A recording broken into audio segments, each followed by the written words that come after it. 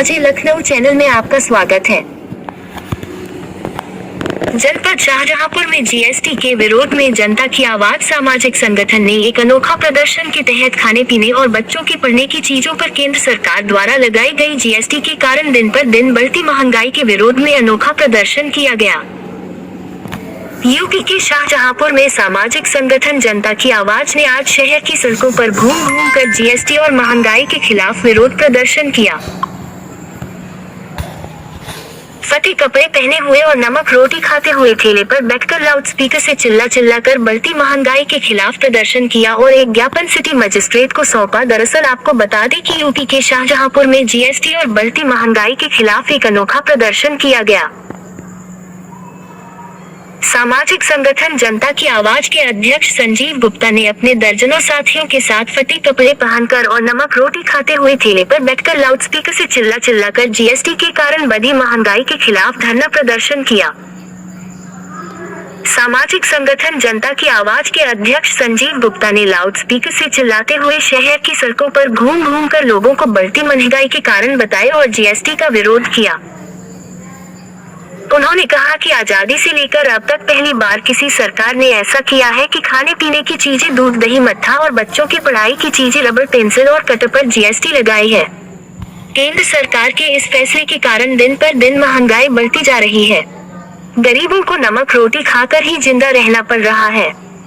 गरीबों के छोटे छोटे बच्चे पेन, पेंसिल, किताबें और कॉपियों पर लगी जीएसटी के कारण पढ़ाई नहीं कर पा रहे हैं। सामाजिक संगठन ने जीएसटी के खिलाफ अनोखा प्रदर्शन करते हुए एक ज्ञापन सिटी मजिस्ट्रेट को सौंपा। अंदाज़े लखनऊ चैनल के लिए शाहजहांपुर से इरशाद हुसैन की रिपोर्ट।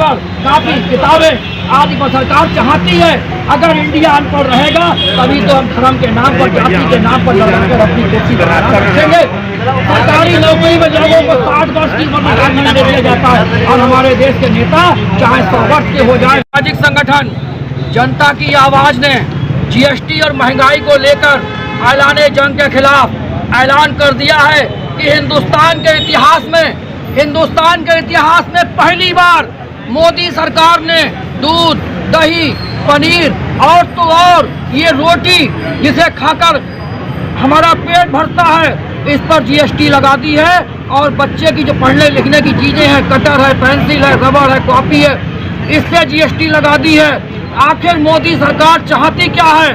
इसने हिंदुस्तान की जनता को गुमराह किया है। भाइयों बहनों, ये देख लो, अच्छे दिनों की शुरुआत है। ये अच्छे दिन है कि आज रोटी तक नसीब नहीं हो रही है, रोटी तक। और तो और क्या करा जाए, और तो और जीते जी सुकून नहीं है।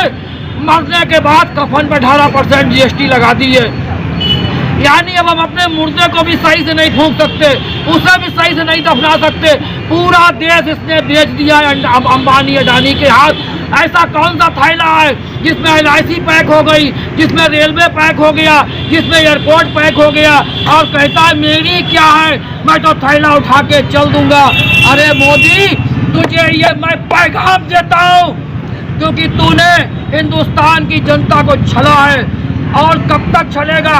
मैं हिंदुस्तान की जनता को, हिंदुस्तान की जनता की आवाम को मैं एक ही नारा देता हूँ, हम एक थे, एक हैं और एक रहेंगे। और हिंदू मुसलमान के नाम पर हरामी लड़वा